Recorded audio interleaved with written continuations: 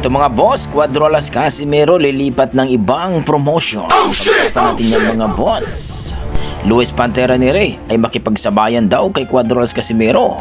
Hindi daw siya duwag. Yan ang ating pag-uusapan ngayon mga idol. Pero kung bago kayo sa ating YouTube channel, baka pwede makahingi ng isang like, subscribe at pakipindot na rin ang ating notification bell mga idol para ma-update kayo sa ating mga bagong video na katulad nito. Well mga idol, dumating na nga ang ating pambato sa bansang Japan na kung saan ay talagang napakalapit takbo, no? 6 days na lang ay makikita na natin ang bakbakan sa pagitan ng ating pambato na si Cuadrolas Casimero at itong si Luis Pantera Neri ang assassin, the bad boy ng Mexico, na kung saan mga boss ay talagang inaabangan ang kanilang madugong bakbakan. Ayon kay Luis Pantera Neri mga boss, ay talaga namang hindi daw siya tatakbo, makipagsabayan daw siya kay Casimero. Alam daw niya ang kahinaan ni Casimero mga boss, kaya sigurado daw tiklop daw itong si Casimero sa kanya.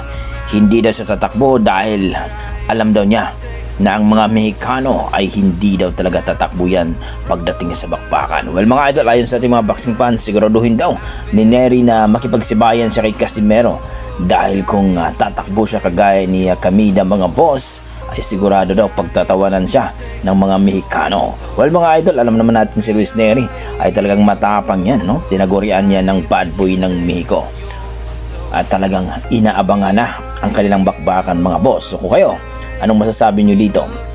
Kung sakali nang magtapat na itong dalawang ito ngayong June 6, sino kaya ang gagapang sa dalawang ito? Well, para sa akin mga boss, kung hindi talaga tatakbo itong si Luis Neri at talagang matapang ito kagaya ni Tom Michocosi at ni Saul Sanchez, ay talagang magagaya ito sa dalawang nakalaban ni Casimero. Pero tandaan natin mga boss, hindi rin basta-basta itong si Luis Neri.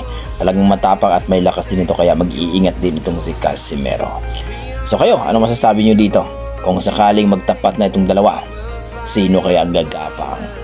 So kabilang banda mga boss, ito si Cuadrolas Casimero, ito na yung last niyang kontrata, kumbaga pang tatlong laban niya itong dito sa Kamida Promotion, kung saan mga boss ay tapos na ang kanyang kontrata dito sa Kamida Promotion. Ayon sa ating mga boxing fans, medyo hindi daw maganda na magtagal si Casimero dito sa kanyang promoter na ito, sapagkat alam naman natin na kung hindi daw na isalba ng Abima TV, no, ay hindi matutuloy ang kanilang laban dahil nga sa financial problem. Kaya tama lang din kung matutuloy, at kung totoo naman daw na lilipat itong si Casimero sa ibang promotion, mas maganda daw, lalong-lalo na kung manalo si Casimero dito at magkaroon ng ranking. Ayon sa ating mga boxing fans, mas maganda daw nililipat itong si Casimero dito sa Top Rank o dito sa De La Hoya Promotion mga boss, dahil mas malupit daw ito ng mga promoter. So mas maganda kung Bob Arum mga boss, dahil alam naman natin na malupit ito magdala ng tao si Bob Arum. So kayo, ano masasabi nyo dito? Please comment down below mga boss para ating pag-usapan. Maraming salamat.